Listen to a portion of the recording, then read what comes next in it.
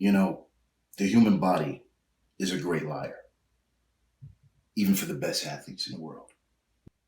I'm an athlete. My body lies to me constantly. From years of training and dieting, I learned the fatigue and hunger cues. There are over 12 hunger cues that can trigger you to eat, 10 of which unrelated to energy requirements. But if you know them, like you know your own face, it'd be lie detectors all to hell. Now, our instincts should and typically do coincide with our survival and well-being. But if intense exercise and clean eating is healthy, why do we crave comfort and junk food instead of burpees and broccoli? Now, what we got here is a game of show and tell. You don't want to show me nothing, but you're going to tell me everything. Now, I know you know why that is. So tell me, because I'm about to go to Shake Shack and do some damage I'm not going to walk away from. Could I get a scoop of that protein now? Sure. Water? Oh, don't go without no water. You're a fighter, right? Yeah, I'm a fighter. Fighter? Yeah. You know, I read a lot, especially about things in history. I find it fascinating. Here's a fact I don't know if you know. Humans are designed to save energy. Come again? No, it's a fact. Homeostasis, path of least resistance, and all that. You see, we're wired to consume as much and expend as few calories as possible. You don't believe me? You can look it up. Thousands of years ago, you see, your ancestors didn't have technology, desk jobs, restaurants, and bakeries. Back then, they were hunter-gatherers. There's no such thing as a workout because physical activity was ingrained in day-to-day life. In fact, they instinctively tried to use as little energy as possible so they wouldn't starve. That's where the fatigue sensation comes from. You know, that overwhelming signal to stop?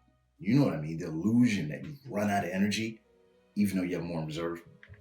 See, they couldn't afford to be burnt out from a killer leg day because they could get ambushed by a killer jungle cat or the neighboring tribe from down the way.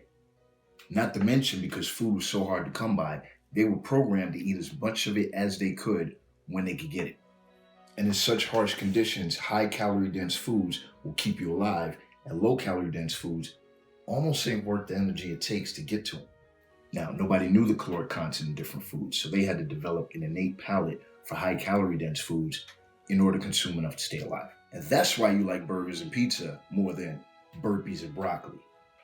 That's why you want to stop training when it starts to get really hard.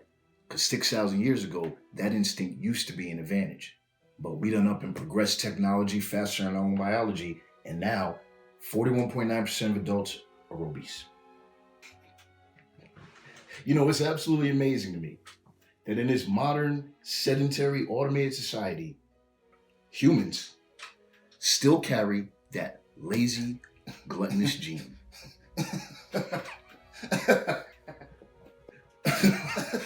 No, I'm quoting history. It's written. It's a fact. It's written. This guy. Your ancestors were gluttons. That's right. Lazy. Yeah.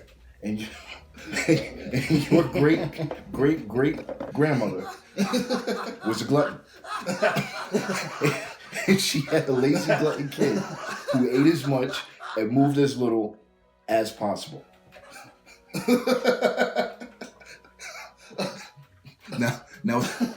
Now, that's a fact. Am I lying? Because you're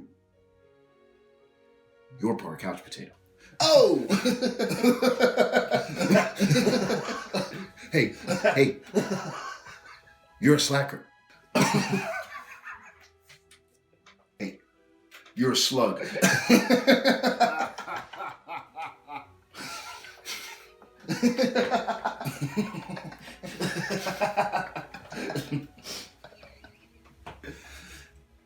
Oh man, this guy, beautiful.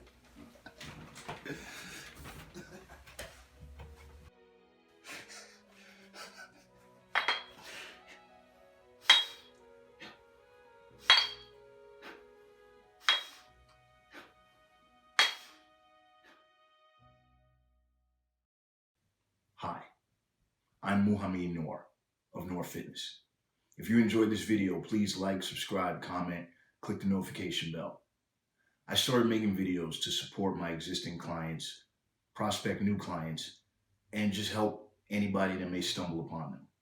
I strayed from straightforward lecture style videos toward more fitness oriented skits in an effort to engage more people with some drama and humor. Because I saw it that I'm not going to help very many people if my videos are informative but so boring that you don't watch them. But as my sisters pointed out to me, I'm also not helping very many people if I get so nuanced and artsy fartsy that I go over everybody's head and don't clearly get my point across. Now, I still think you guys are smart, but she's right. So, at her advisement, here's some cliff notes right quick, sort of like the moral at the end of Aesop's fable. In my reimagining of the Sicilian scene in the 1993 film True Romance, the coach, Dennis Hopper's character, delivers some information that could leave one disappointed and discouraged. Christopher Walken's character is both, momentarily.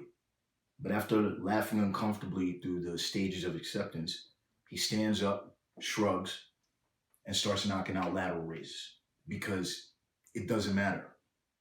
So you don't have the best peak genetics, it doesn't matter. Do the best you can. You have slow metabolism. You got a bad thyroid, deltoid, android, altoid. It doesn't matter. Do the best you can.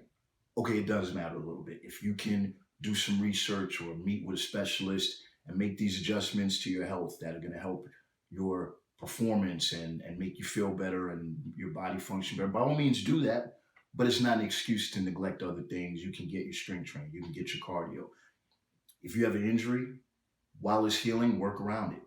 If you need to set an appointment with a physical therapist and fix whatever's wrong with you so you can be more functional and have proper mobility, then do what you need to do. But what you don't do is nothing. I mean, look at me. I'm all right, but I'll never be Chris Hemsworth. I'll never be LeBron James. I'll never be Usain Bolt, but I can be better. And I can improve and prolong my life. And I can have fun while I'm doing it. You don't use your hindrances and disadvantages as an excuse to flip the chessboard up in the air and take your ball and go home. Don't give up. Don't be discouraged. Be encouraged. Be empowered. And let's rock and roll.